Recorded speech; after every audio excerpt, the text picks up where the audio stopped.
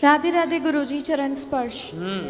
मैं सिख धर्म से हूँ और हमारे गुरु ग्रंथ साहिब जी में ऐसा कहा जाता है कि अमृत वेले उठ के पाठ करना चाहिए जी। तो मैं डेली पाठ तो करती हूँ, बट एक वो अमृत वेले उठ के डेली रूटीन नहीं बन पाता है, तो उसके लिए क्या करना चाहिए? पाठ किया करिए, जब समय मिल जाए तब करिए, जहाँ समय मिल जाए वहाँ अपने पास रखिए।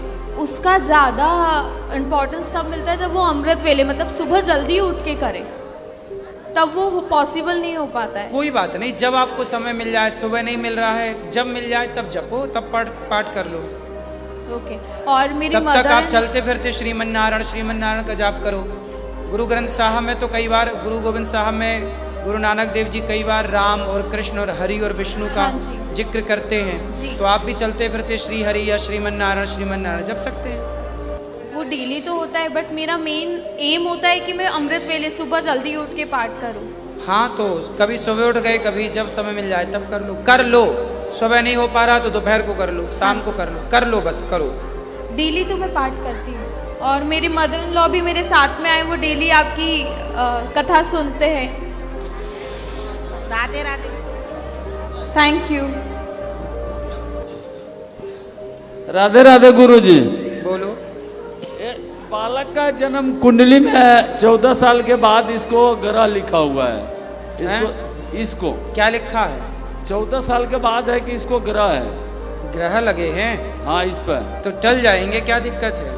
टल जाएगा ना गुरुजी? हाँ, खूब बच्चों को अपने से बड़ों का, साधु संतों को प्रणाम करवाओ, संत आशीर्वाद देंगे, भगवान को प्रणाम करवाओ, अपने आप बच्चा ठीक होगा। खूब पढ़ाओ लिखाओ, योग्य बनाओ। अच्छा, ठीक है गुरुजी। राधे राधे। आयुर्विद्या यशोबलम, आयु विद्या बल बढ़ाना है तो अपने से बड़ों को प्रणाम कराना सिखाइए बच्चों से। और किसका? राधे राधे गुरुजी, चरण स्पर्श जी। ये हमारी दादी सास हैं, आपसे मिलने के लिए आए हैं फर्स्ट टाइम। 4 साल से आपकी कथा सुन रहे हैं। ये आपको जितनी बार कथा आती है उतनी बार देखती हैं, आपको बहुत याद करती हैं। और ये आपके आश्रम बोलती है, हमारा जॉइंट फैमिली है, हम लोग इनको बहुत इज्जत करते हैं, बहुत रिस्पेक्ट करते हैं। लेकिन ये बोलती है हमें महाराज जी के आश्रम में जाना है, मुझे छोड़ के आओ। अब इनको समझाओ थोड़ा। मैया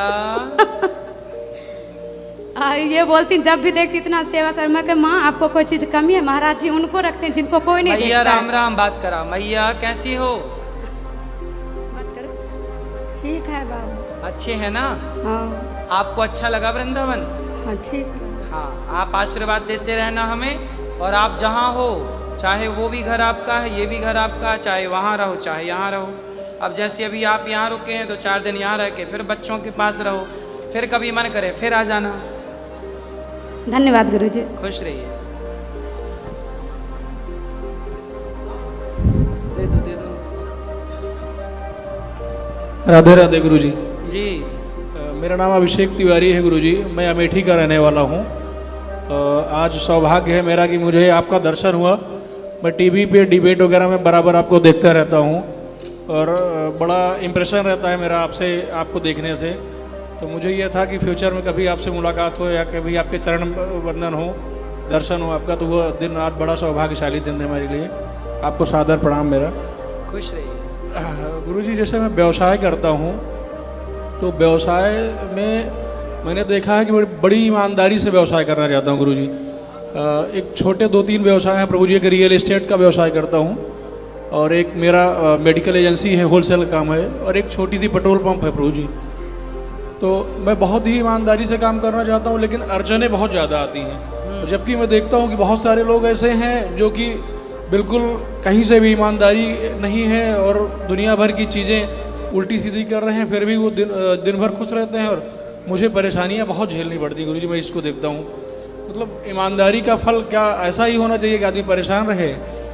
अच्छा ये बताओ, पांडव ईमानदार थे कि कौरव ईमानदार थे? पांडव ईमानदार थे ना जी। लेकिन वनवास 12 साल का पांडवों को हुआ कि कौरवों का? पांडवों को हुआ। 12 साल का वनवास पांडवों का और 1 वर्ष का अज्ञातवास। जी।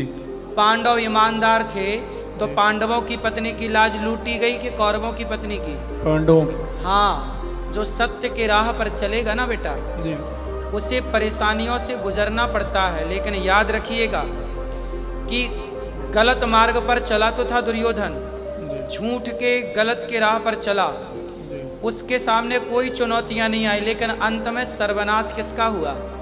दुर्योधन का ही हुआ। हाँ, पांडवों के जीवन में संकट तो आया, लेकिन उस संकट ने उनका बाल भी बांका नहीं किया, वो जस के तस अंत तक खड़े रहे और एक दिन उनकी विजय हुई।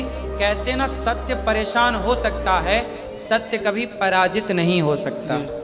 तो आप सत्य के राह पर चलते रहिए और गलत राह ना अपनाइए। गलत राह पर चलने वाला सर्वनाश को पाएगा और सत्य के राह पर चलने वाला थोड़ा उतार चढ़ाव आएगा थोड़ा, लेकिन वो खड़ा रहेगा अंत तक। प्रैक्टिकली ये चीज़ मैंने देखा भी है गुरुजी, मेरे साथ परेशानियां जरूर आई थी हैं, लेकिन सोल्यूशन उसका अपने आप राधा रानी दे देती हैं। सत्य का साथ भगवान को, जो सत्य के साथ है उसे उसका साथ भगवान को देना ही पड़ता। भगवान मजबूर है, भगवान को साथ देना ही पड़ेगा। किसका?